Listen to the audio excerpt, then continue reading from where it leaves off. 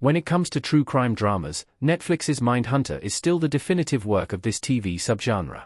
The streaming platform might have tried to fill the void left by its highest-profile cancellation, but the monster anthology series comes across as cheap, gratuitous, and exploitative by comparison.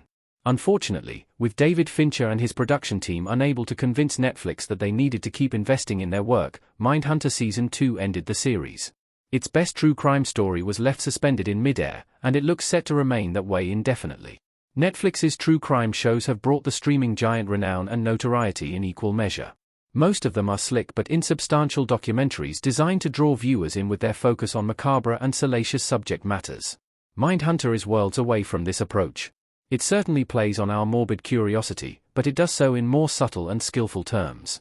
Mindhunter's BTK subplot is Netflix's best true crime storyline. While Mindhunter covers various horrifying real-life crimes, from the true story of the Atlanta child murders to the case of Edmund Kemper, its best true crime storyline builds in the background throughout the show's 2 seasons. The storyline concerns a man in the Wichita area of Kansas who calls himself the BTK Killer.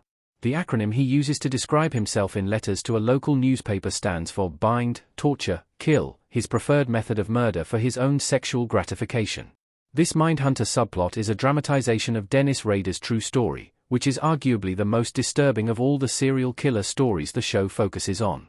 What makes it so disturbing is how prolific Rader was taking human lives while hiding in plain sight, as an upstanding member of his community, as well as the sadistic and sexually depraved nature of the killings. Mindhunter doesn't shy away from these elements of BTK's story, but gradually builds suspense by giving us a snippet of subplot each episode.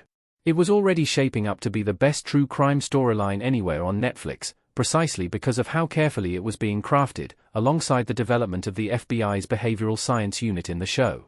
Yet, with Mindhunter poised to make BTK its main focus in a prospective 3rd season, the story was cut agonizingly short. The BTK storyline will never be resolved due to Mindhunter's cancellation.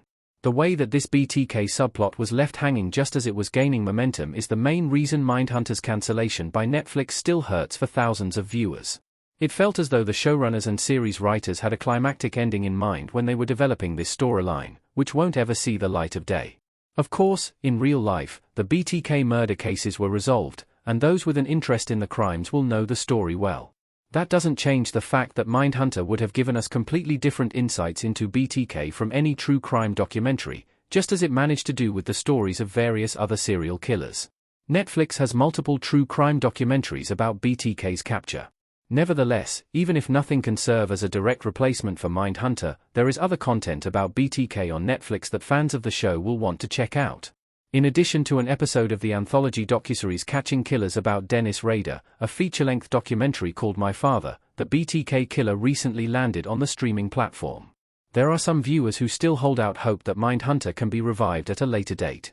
Indeed, there are potential full-length movie sequels in the works, although things are still very tentative at this stage. For now, the most likely scenario is that the best true story plotline in any Netflix crime drama will never be completed.